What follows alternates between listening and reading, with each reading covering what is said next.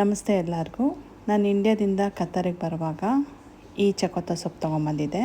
ಈ ಚಕೋತ ಸೊಪ್ಪು ನಮಗಿಲ್ಲಿ ಕತಾರಲ್ಲಿ ಸಿಗೋದಿಲ್ಲ ಅನ್ನೋ ಉದ್ದೇಶದಿಂದ ಈ ಸೊಪ್ಪು ನಮ್ಮನೇಲಿ ಎಲ್ಲರಿಗೂ ಇಷ್ಟ. ಹಾಗಾಗಿ ಈ ಸೊಪ್ಪು ತೊಗೊಂಬಂದಿದ್ದೆ. ಇದು ಯಾವ ಥರ ಮಾಡೋದು ಅಂತ ನೋಡೋಣ ಬನ್ನಿ. ಮೊದಲನೇದಾಗಿ ನಾನು ಕುಕ್ಕರ್ಗೆ ಈರುಳ್ಳಿ, ಬೆಳ್ಳುಳ್ಳಿ, ಟೊಮೊಟೊ, ಹಸಿಮೆಣಸಿನ್ಕಾಯಿ, ಕೊತ್ತಂಬರಿ ಸೊಪ್ಪು ಮತ್ತು ಈ ಚಕೋತ ಸೊಪ್ಪು, ನಾನು ಸ್ವಲ್ಪ ಮೆಂತ್ಯ ಸೊಪ್ಪು ಕೂಡ ಹಾಕಿದ್ದೀನಿ. ಅದ್ರ ಜೊತೆಗೆ ಬೇಳೆ, ಅರಿಶಿನ ಪುಡಿ ಮತ್ತು ಉಪ್ಪು, ಎಣ್ಣೆ, ನೀರು ಎಲ್ಲ ಸೇರಿಸಿ ಕುಕ್ಕರಲ್ಲಿ ಒಂದು 2-3 ವಿಷಲ್ ಬರೋವರೆಗೂ ಬೇಯಿಸ್ಕೊಳ್ಬೇಕು. ನಂತರ ಈ ನೀರು ಮತ್ತು ಸೊಪ್ಪು ಎರಡು ಸಪ್ರೇಟ್ ಮಾಡಿ ಈ ಸೊಪ್ಪನ್ನ ಮಾತ್ರ ಈ ಥರ ಮಸ್ತ್ಕೋಬೇಕು. ಸ್ಮ್ಯಾಶರಲ್ಲಿ ಚೆನ್ನಾಗಿ ಸ್ಮ್ಯಾಶ್ ಮಾಡಿಕೊಂಡು ನಾವು ಸಪ್ರೇಟ್ ಮಾಡಿ ಇಟ್ಕೊಂಡಿದ್ವಲ್ಲ ಆ ನೀರನ್ನು ಸೇರಿಸ್ಬಿಟ್ಟು ಈ ಸೊಪ್ಪು ಸಾರನ್ನ ಕುದಿಯಕ್ಕೆ ಬಿಡಬೇಕು. ಒಂದು ಸಲ ಉಪ್ಪು, ಖಾರ, ಹುಳಿ ಎಲ್ಲ ಚೆಕ್ ಮಾಡಿ, ಬೇಕಂದರೆ ನೀವಿಲ್ಲಿ ಹುಣಸೆ ಹುಳಿ ಕೂಡ ಸೇರಿಸ್ಕೊಳ್ಬೋದು.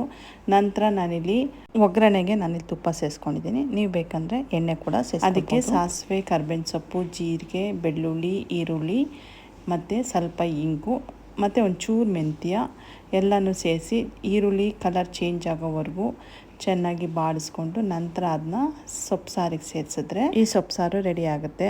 ಬಿಸಿ ಬಿಸಿ ಮುದ್ದೆ, ಅನ್ನಕ್ಕೆ ಸ್ವಲ್ಪ ತುಪ್ಪ ಹಾಕ್ಕೊಂಡು ತಿಂದರೆ ಸಖತ್ತಾಗಿರುತ್ತೆ.